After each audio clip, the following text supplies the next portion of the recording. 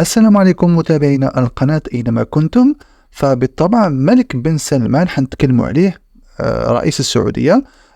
تكلم عن الجزائر فناضت ضجة كبيرة جدا في مواقع التواصل الاجتماعي خاصة في الجزائر. علاش؟ وش قال؟ راح نعطيكم باختصار.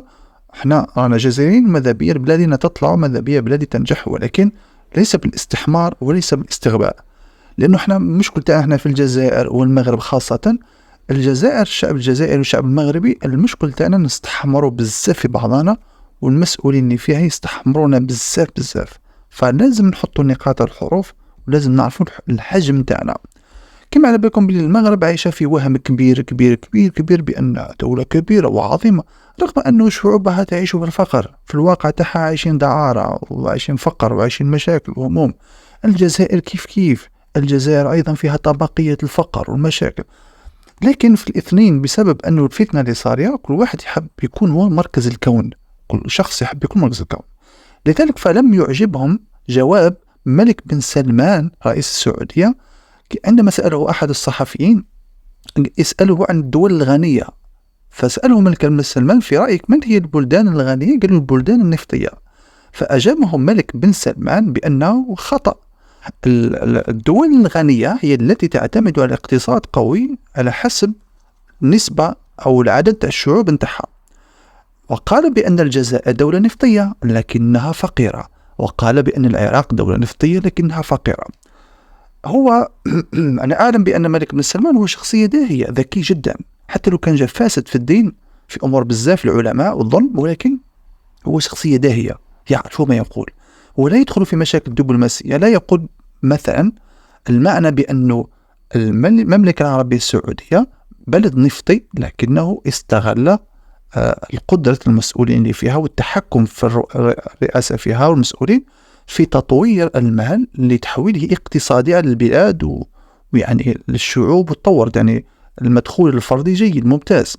أما في الجزائر دولة نفطية لكنهم فاسدين، يعني السلطة فاسدة لدرجة أن الفساد متعمق في كل مسؤول اللي يحكم السلطة، يسرق ينصب على الشعب، لا يهمه الشعب ولا يهمه ما يحدث للشعب ولا يهمه المدخول الفردي للشعب ولا يهمه أي شيء علاقة بالشعب. المهم أنه أي مسؤول يجمع المال، يسرق وينهب ويذهب إلى فرنسا. هذا واقع معاش في الشعب الجزائري والناس بكل عارفينه لسنوات، والدليل على ذلك ما حدث في الحراك وما حدث من دخول السجن لمسؤولين كثار. فالملك بن سلمان حسب ظني هو راه يمعني بأن المشكل ما هوش المال، المشكل في التسيير.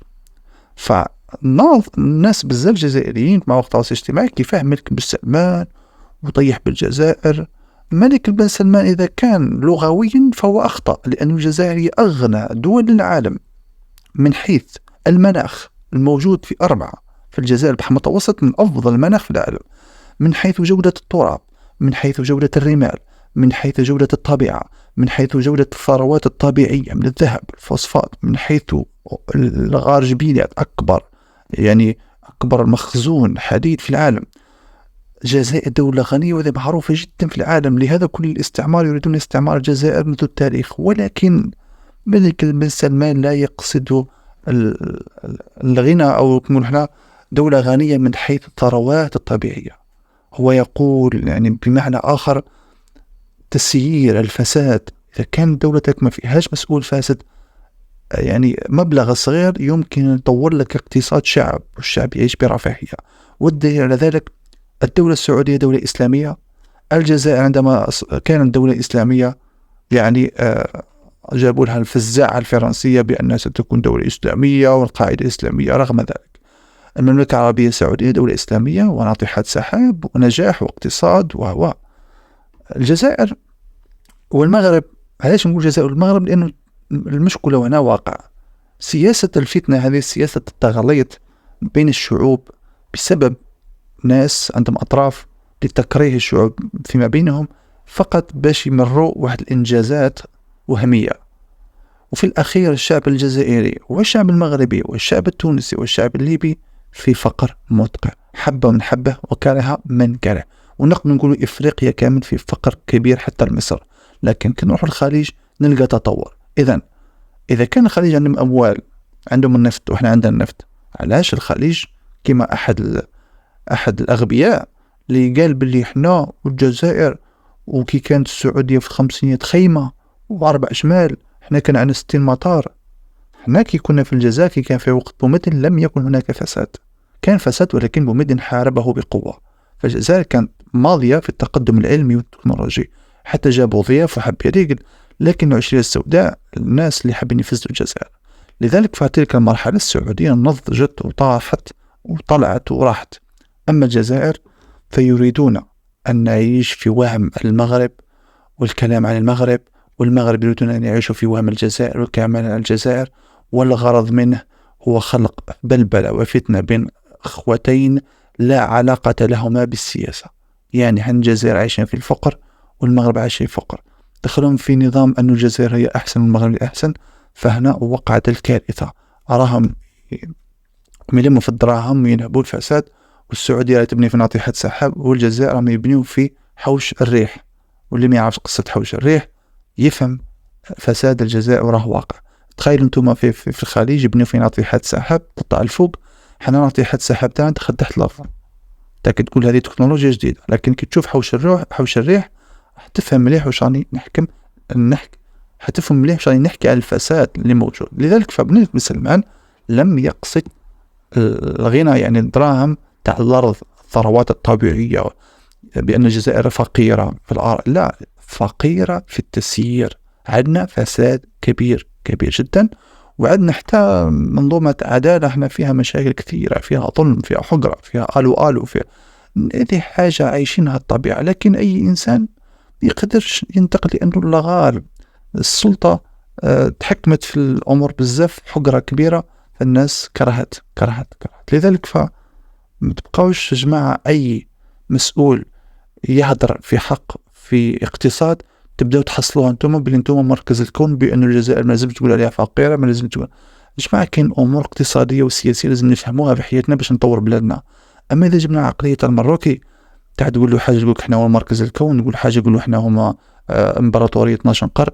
جماعة ذاك اسمه الوهم، الجهل كعد واحد جاهل يبدا ينفخ هو ما عندوش حتى واش ياكل، بصح يولي يعيش في كذبة، يكبر في الكذبة ديك. فحذار يا جماعة تكبروا في كذبة، حذروا، لأن الله في الدين ما دارش الإيمان هو الوطن، لأنه لو كان جا الوطن هو الإيمان بحد ذاته لكن الرسول صلى الله عليه وسلم ما هجرش من مكة، لكن ما هجرهاش.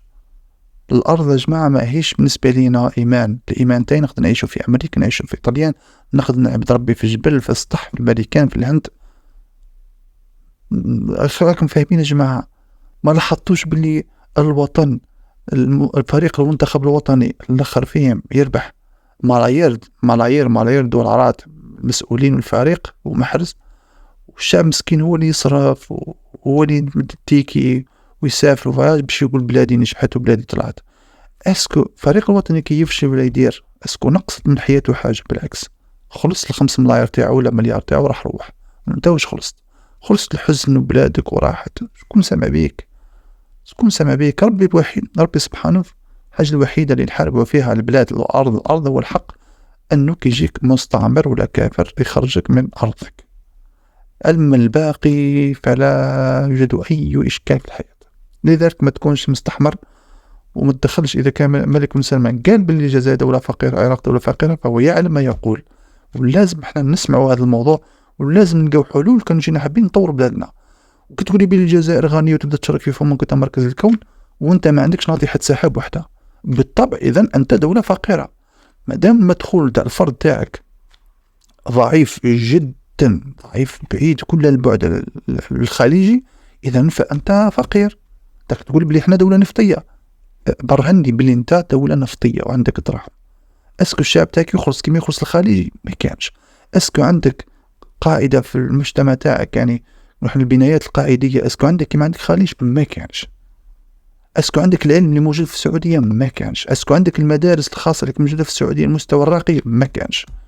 اذا انت راك دولة فقيرة، لازم تقبلها. ما تتبعوش المسؤولين مش راهم ينفخوا فيكم، داروها لكم من قبل، قال لكم بلي انتم قاعدين انتم احنا احسن من السويد، تشفعوا عليها يا جماعة. بديتوا تنساو المغرب كيف المغرب مراكا مظللين أكثر منا بالآلاف القرون. مراكا خلاص سكروهم بالملك، خلاص ما ظل ضلالا بعيدا، ودخلوا إسرائيل وطبعوا المغرب خلاص من الذل والتجهيل. الجزائر هي في نفس الطريق تاع المغرب لتجهيل الشعوب وإخراج المواضيع المثلية وإخراج المواضيع الجنسية وإخراج المواضيع التافهة، وريبيكا وكارولين ونوال، هذو مواضيع جزائرية يومية درك. خيركم فاهمين جماعة من وصلتكم الفكرة. احنا لازم نطوروا في الذهنية تاعنا، لازم نتعلموا ونتنصتوا، نتعلموا ونسمعوا. فهمتوا جماعة؟ كي نتعلموا ونسمعوا راح نطور بلادنا. أما إذا بقاو يحشيونا ونحشيو لبعضنا رانا نضيعوا في حياتنا ونضيع في وقتنا. إذن من الأفضل السكوت والعمل في الخفاء وخلاص. هيا جماعة الله في روحكم، إذا عجبكم هذا الموضوع اتناقشوا معنا ونجيبوا بالقدر وبالاحترام، ماذا بينا بلادنا كامل تنجح. هكذا جماعة. لكن لازم نتعلموا أنه نسمعوا آراء الناس وآراء الرؤساء الآخرين باش نهزوا الطريقة الناجحة الصحيحة للنجاح. إذا نلتقي في مقطع آخر. سلام.